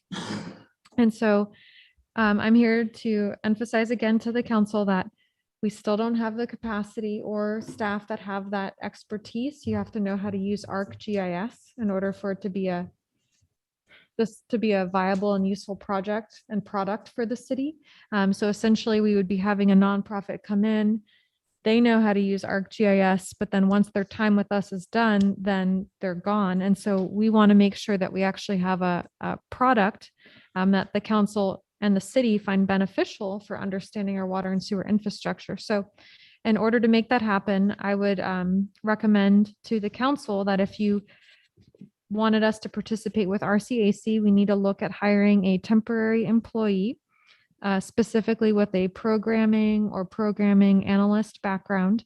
I've provided to you pay scales for what an employee with that type of experience and knowledge costs. And in 2019, the city of Homer, so just looking at what across the bay, a comparable price across the bay offered, they offered their GIS engineering technician at a pay scale of $22 to $28 an hour, basically. And so I just was curious if we had an applicant, because they need to be here local to do this work, since they have to run around and collect GPS coordinates and work with the nonprofit to put them all on a map. If we had someone here do that, and let's just say that they were very experienced and were on the high range of that pay scale, what would it look like for them to do this work? And I estimated that it would take 3 months of someone working 40 hours a week to do this project, because we have so many paper scrolls, ancient scrolls, the maps to go through. You have to interview staff, you have to go do field work, you then have to work in the program itself. And so it's a significant amount of time. So if we were to hire a temporary employee to do this work, and then also buy all of the supplies in order to work with RCAC, I'm thinking it would cost the city a little over $16,000 to do that, which would be half of the ARPA funds that you guys have. So I provided a breakdown of how I got there. I also So what I need at this time is council to tell me, do you want the city of Seldovia to use its ARPA funds to hire a temporary employee to do this work? So that way the city gets a really good product for its investment. Or at this time, this isn't something that we should consider. And then I just wanted to say that, you know, I'll let RCAC know if that's not your interest. And then we can always keep this on the back of our minds for something else. And then included in your packet is eligible projects that ARPA funding can be used for water and sewer. And something on the inventory of capital assets the city should look at acquiring is leak detection equipment, because our current equipment, I'm not sure if it's from the 1950s, but it's very old and in need of replacement. So that could be a tangible asset that council could elect to use ARPA funds for, but that's a little tangential. So I just wanted to show you guys that there's resources out there for how to evaluate what projects, if you don't want to do with this mapping project, what projects you could pursue the use of ARPA funds with. And I'm available for questions. Thank you for listening. I have a comment, Mr. Mayor. Yep, go ahead. Okay, so I remember when this all came about, obviously. I can remember a little bit of some things. And I think on the surface, it sounded really good. And of course, at that time, we really didn't have enough information. And so we got a little bit more information. And then you came and decided, you know, you told us a little bit more that it really wasn't a good idea at this point in time. And after looking this over again and refreshing my memory, I'm just not in favor of it right now, because I think we also have to look at the future. Like when this project is all nice and done and we have all the computers and whatever, everybody's been trained or not, who's going to do all that stuff later then? No, we're going to be faced with paying somebody or hiring another person, or we're going to be in the same position that we are in with the water treatment plant. It's going to take someone to keep all those stats up and keep all the work up. And I just can't see that happening for us in the near future. I think it's something we should keep on the back burner, but I don't think we ought to tackle that now. I think we can use that money for something way more, something that we need much more right now. So I'm not in support of this right now. Thanks. Thank you, Bobby. Anyone else? Yeah, Mr. Mayor. Yep, go ahead, George. We're eventually going to have to replace our entire water system. That's the elephant in the room that we never want to talk about. I think that we should try to do that in bites that we can afford to take. How much materials could we buy? What size bite could we take with that $30,000 that we're going to get in the first year? Would it be a significant amount of tubing to start at the beginning and go as far as we can go, and then next year when we get another 30,000, we'll continue? What is that a possibility? The other thing is there are a lot better ways to map that system than what this deal was. Yeah, I believe there's a system that uses what they call a pig. It's a little device that you put in the water line, and it runs along and sends a signal or receives a GPS coordinates as it's going along. And when you take the thing out of the pipe, you've got that whole section mapped. Anyway, but I'd like to know if we could buy a significant amount of materials to start our process of replacing the water supply with that. Well, through the mayor, and this kind of touches on something Councilmember Sweat brought up.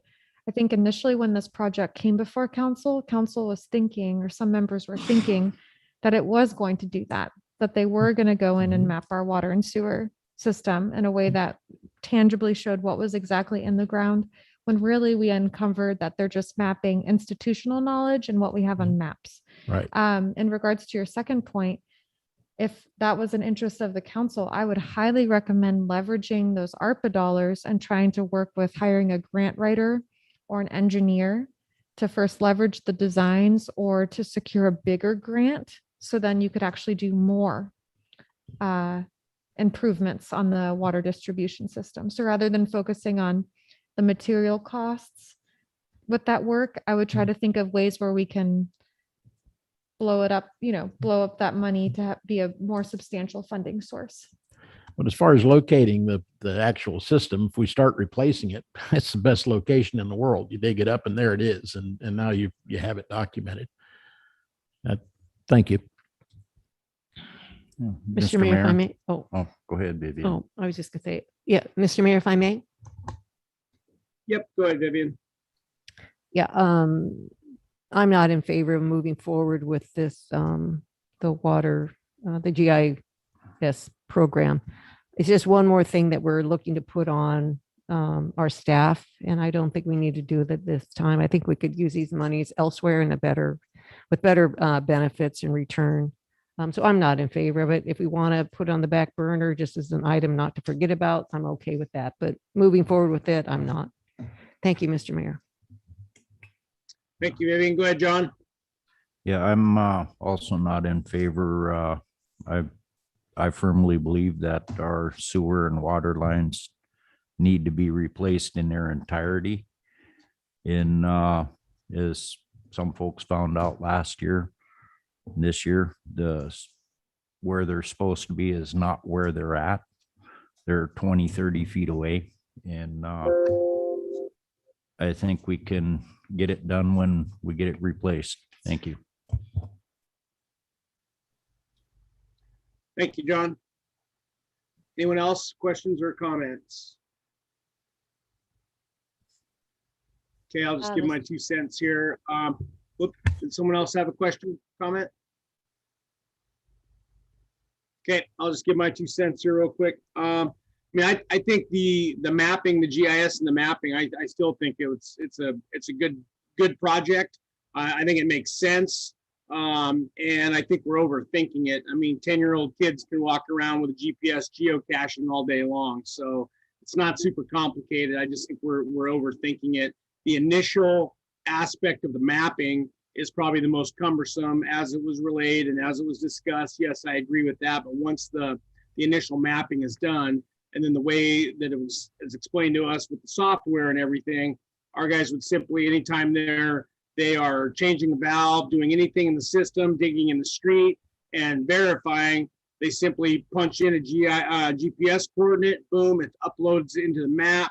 And then that area is validated and photos are attached to that section of the line or that piece of sewer pipe or that manhole. And it's just a record that constantly evolves from now until eternity. So, it's a good program for sure. Now, listening to everyone, yeah, I'm not convinced right now is, maybe the time for us to spend, $15,000 or $20,000 of our ARPA funds, on this either. In that same breath, I know, as much as we want to, think that we're going to start, piecemealing our water and sewer system, that's just not going to happen. We might be able to, have some, if we can use some of these funds to buy some pieces and parts that we know that we regularly go through and or that fail, that's great. But we're gonna have a few $1 million just in engineering on this project, and then another $15 to $20 million in infrastructure costs that this is going to cost to replace our water and sewer program. There's probably $3 to $5 million in paving that goes on top of that. So it's a large project that is gonna be a major undertaking in our community. So, but yeah, from what I'm hearing, it sounds like we can use these ARPA funds, better to perhaps, as the city manager says, leverage those funds to get us something bigger and better. So, That's my 2 cents. Any other additional comments or questions before we go to the public? I have a quick question. Yep. I was just wondering if first of all, do you have a local in mind? Or is that just what you're saying needs to be, or do you know someone? Through the mayor, just saying what would be most efficient. Okay. And then my second question is is mapping our water and sewer system something that has a long-term value for the city as far as I don't know, buy-in for our infrastructure? Do you know what I'm saying?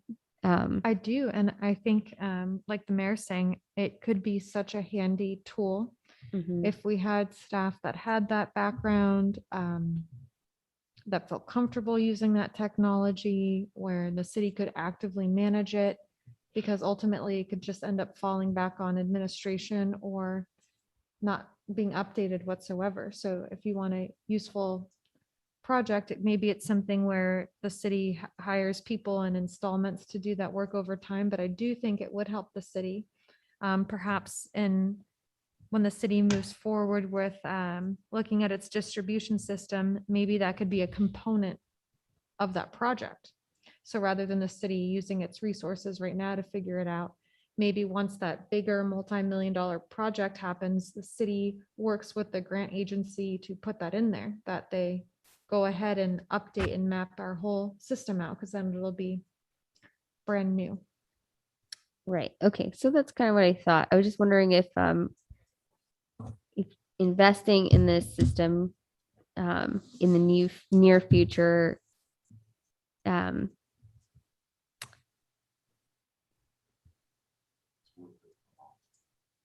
sure, it will be worth it in the long run, especially if we have a new system. But I mean, like, as far as like our point system goes, you know what I'm saying? As far as municipality, like with our water and sewer. I would say at this time, Councilmember Payton, the maps have been Sufficient. Okay. All right. Well, that's my question. Okay, Yeah, thank you, Mr. Mayor. Army. Yep, go ahead, Pearlie. Yeah, I was not in favor of this project the first time we talked about it, and I'm still not in favor of it. From the way I understood it, this software that they were going to create of our water infrastructure was often our maps. So it would be exactly what's on our maps would be on their software. You look at the map and it says it's here, but it's not. Well, their software is going to say the same thing. Did we, all the leaks that we fixed this year, did we start our own software program that now that we have that documented on a computer, exactly where that fix was, exactly what was done, exactly what was used? Or did we just fix it and are going to refer back to our maps again? I would think, I'm not very computer savvy, but I think if at the end of a project, when we fix a leak, if it was somehow put into software, we would eventually have our own software. I don't know how much time it takes to, but I do know it must be documented somewhere that this is what we done, this is what we used, this is how long it took, this is how deep it was. I just think with what we got for ancient scrolls, we could create our own software as we go through our fixes. And I would hope that that was done this summer when we fix so many leaks. But anyway, thank you. Thank you, Pearlie. I cannot help myself but chime in on this one. So I can almost guarantee you, I'd be shocked if there was any record anywhere of any repair and any details that took place. I could be wrong, but what you just described is exactly the project that they're talking about doing. So, I mean, it's no sense in getting a big debate over it, but it's, yeah, we're not going to create our own software, if you will. I mean, other than maybe getting some GPS points if someone was down there and had an accurate GPS or a total station to take that point and then start some sort of, spreadsheet or something with that. The simplistic mapping that they're talking about was a combined effort of, taking our as-built as a baseline and then taking exactly like what you described. Every time there's a true repair, take a shot on that and then weigh that against what's actually on the paper charts. And then it just basically over time updates our as-built to a true condition. I mean, with a known factual GPS point of where the system is located at, regardless of what the actual drawings are saying that where it should be at. So. Mr. Mayor, if I may, I can't hold myself back either. Yep. Yeah, I think what we need to remember, I think we've talked this to around, but I think what we need to remember is we have a 2-person crew that are running from one catastrophe to another and one event to another that turn all the nuts and bolts in this town and all the toilet seats and everything else. So I think it's a great idea, that documentation of what's been done and when and where and what and everything that Pearlie listed. But we need to remember that what we keep putting on our public works is more and more. And we just went through this whole discussion about our tax increase and people believing that we don't need to increase our taxes because people don't do anything and they don't have enough to do anyhow. So I really argue the point about how much we put on our employees as it is. But is it a great project? Could be a great project. Absolutely. But that's it. Thank you. Yeah, Mr. Mayor. Yep. Go ahead, Pearlie. I guess I didn't actually specify that it was a question, but I guess now I'll specify that it's a question. Is that documentation done after a repair is fixed? Is it documented somewhere what exactly happened? Yes, we do work orders. Okay. Is it in computer or handwritten? Both. Very good. We're starting our own software. Thanks. Yeah, I would technically disagree with you, but yeah, we might have something now since the manager started that new program. We might have some chicken scratch notes. So, but it's better than nothing. All Have right, some well, let's faith in your staff. Oh, I do. I have plenty. Let's see if anyone from the public has any comments on the discussion regarding the ArcGIS mapping and the use of ARPA funds. I'm not seeing any hands raised at this time, Mr. Mayor. Okay, sounds good. Let's go ahead and bring it back to council for final action disposition. What do you guys want to do with this tonight?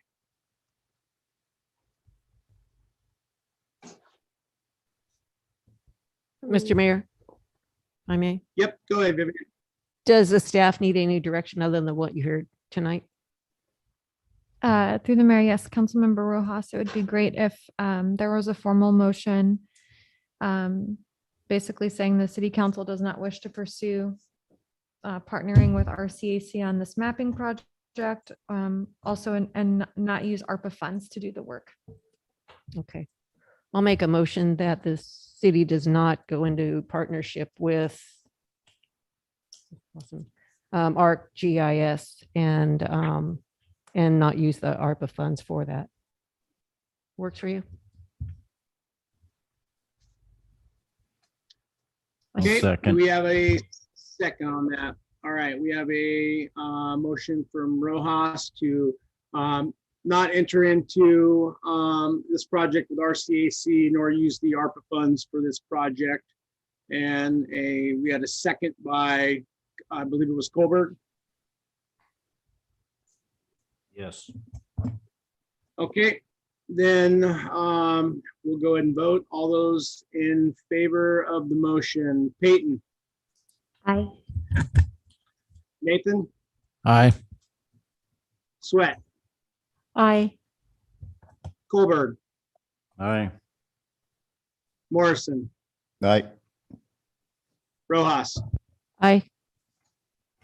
Okay, motion passes, so we will not be using, we will not be entering into the project with the RCAC on the ArcGIS mapping or using ARPA funds at this time to pay for that. So with that, we'll go ahead and just last couple items here and we'll wrap it up for the night. We've got the city manager's report and that's in the laydown on page 10. And Rachel, you can go ahead and take that away. Okay, thank you, Mayor.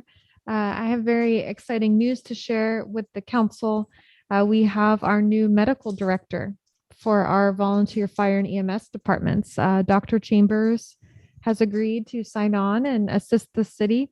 It's very important that we have a medical director. Without a medical director in place, we wouldn't be able to offer the level of first responder services that we do to the community. So we're going to be working, I'll work with the mayor to bring forward a couple proclamations at a later date, one to honor Dr. Cooper, who's our current MD, as well as to honor Dr. Reynolds, who Chief Yeager told me did not receive a proclamation when he stepped down. So it'd be great to get that buttoned up and celebrating people who volunteer in that capacity.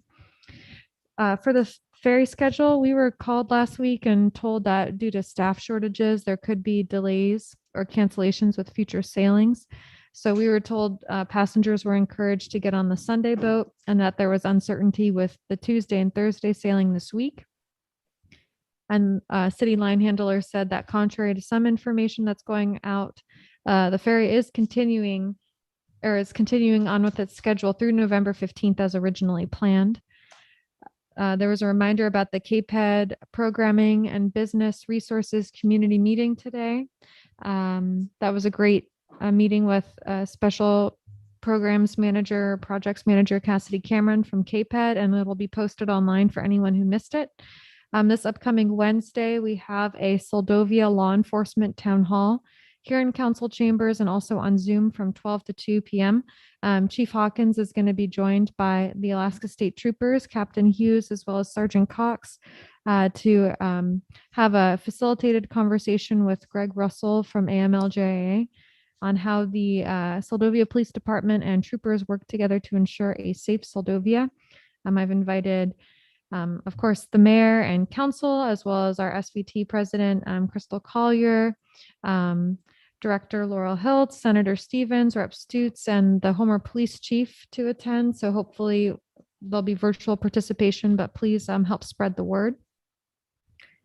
We received the Community Development Block Grant application, which is due December 3rd and can help fund a project up to $850,000. So at your next meeting, we're going to discuss how Seldovia could look to take projects forward for consideration for that funding opportunity. As far as a new council and staff meet and greet, right now we're going with possibly Alaska Day, but we need to figure that out once we post-elections have a possible new member too.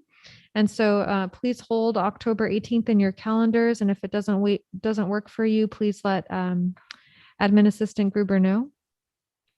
Wanted to give a couple volunteer shout outs. One to Councilmember Rojas for helping document city right-of-ways in need of some bush maintenance and TLC for visibility. So I've taken the information she shared with me and I'm going to give it to our public works staff so that when they have time to trim back some of the branches, that'll help them catch all the spots. So thank you. I also wanted to make sure that it was known that our public works operator, Johnny Gruber, has also been volunteering his time to clear right-of-ways.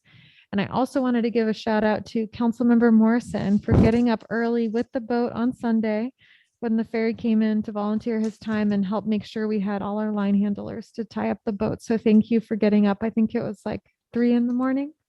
to be out there on the dock. So thank you, Pearly.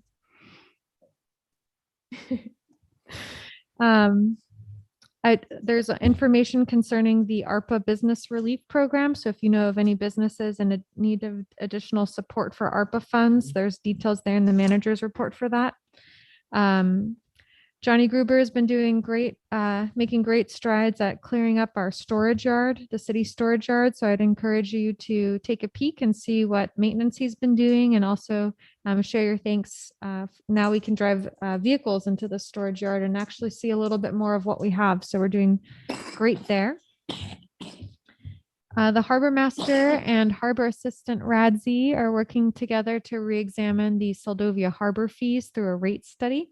So it's a many months in the making type of a project, and I look forward to working with them to present that information to council as we near budget season. So look out for that in the next coming months. Our washdown facility has been winterized, and then the harbor will be winterized September 30th, and there's more detail from our harbor master on that. The Seldovia Planning Commission was hoping to have the comprehensive plan review presented to the council this month, but because their meeting got canceled last month, we might be delayed a month. Next time you see Alicia Kennedy, please welcome her to the city team. She has taken our former city custodian's place, Amelia Reese, to help take care of our facilities. And so whenever you have a moment, please thank the Seldovia Public Library, because they helped the city maintain the multi-purpose building while we were looking for a city custodian. And I also want to give a shout out to Diane Gruber, because she went above and beyond her position as an admin assistant to clean the city office while we were looking for somebody. There's a great website called Alaska Fiscal Futures. So for anyone who's curious about exploring how the state's fiscal crisis and management is going, the Alaska Municipal League put this website together, so you can give that a peek. And then we have gotten a grant extension for the Rasmussen cemetery work because we weren't able to procure all of the materials that were needed. So we've got an extension until September of next year. And then in following suit with opening up a separate account at AMLIP to track our Arpa funds, I'm going to be working with the finance officer to open another account at AMLIP for the Rasmussen cemetery grant funds. And I think that's just overall a best management practice for future administrations, that is that anytime the city gets a grant, to open up a separate account. That way we ensure we're not commingling restricted dollars with unrestricted dollars, so to speak, and it just ensures better tracking overall. And that's it. If there's any questions on any of the materials provided in the packet, I also included an article from Alaska Dispatch News from Senator Murkowski talking about how Alaska will benefit from the historic infrastructure bill. And it was something that Councilmember Morrison brought up last meeting, but she goes in depth how the bill will benefit Alaska. And there's other information too in the packet if it piques your interest. Thank you for listening. Thank you, Rachel. Appreciate that. Any questions or comments from council on the manager's report tonight? Mr. Mayor, if I may. Yep, go ahead, Vivian. I'm just complimenting our city manager for the thorough report. I appreciate it. Thank you. Thank you, Vivian. Anyone else?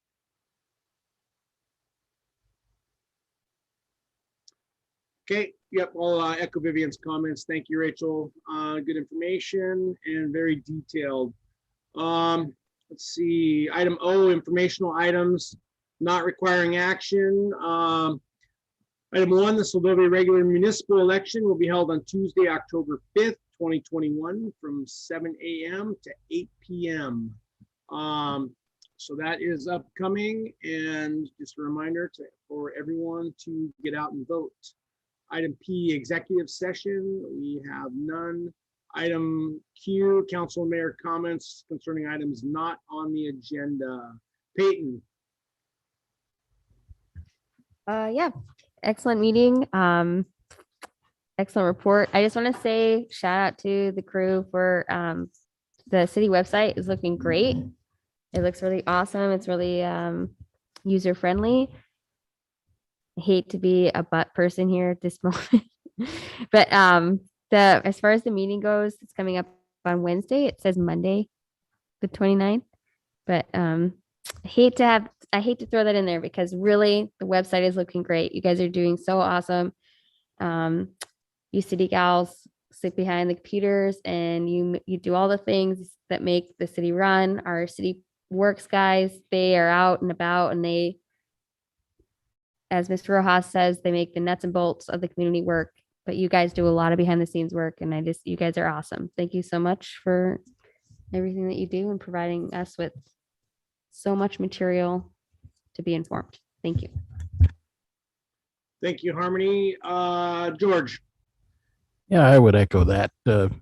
Thanks a lot, Rachel and Harmony. Obviously put a whole lot of time and effort into the preparation for this, and it was a good meeting. Thank you. Thank you, Bobby. Yes, I want to just say thanks to Rachel and to Heidi for giving us all this information. It's just really great. You guys are doing a fantastic job, and I know it's time consuming. But thank you. And thanks to everybody else for being here. Thank you, John. Yeah, it was a good meeting. Thanks, staff, for all your hard work, and thanks for straightening out our finance stuff. It's going to be so much easier. Thank you. Thank you, John. Purley. Yeah, great meeting. It was really good to see a fairly substantial list of people watching online, and that's I think it's great. I wish more people would show up here at the meetings, but don't forget your mask if you do. So thanks to the staff. Great job. Thanks. Thank you, Purley. Vivian. Just reiterating what everyone said, always a great job done by our staff. And thank you for the police chief who comes and stays with us all the whole evening.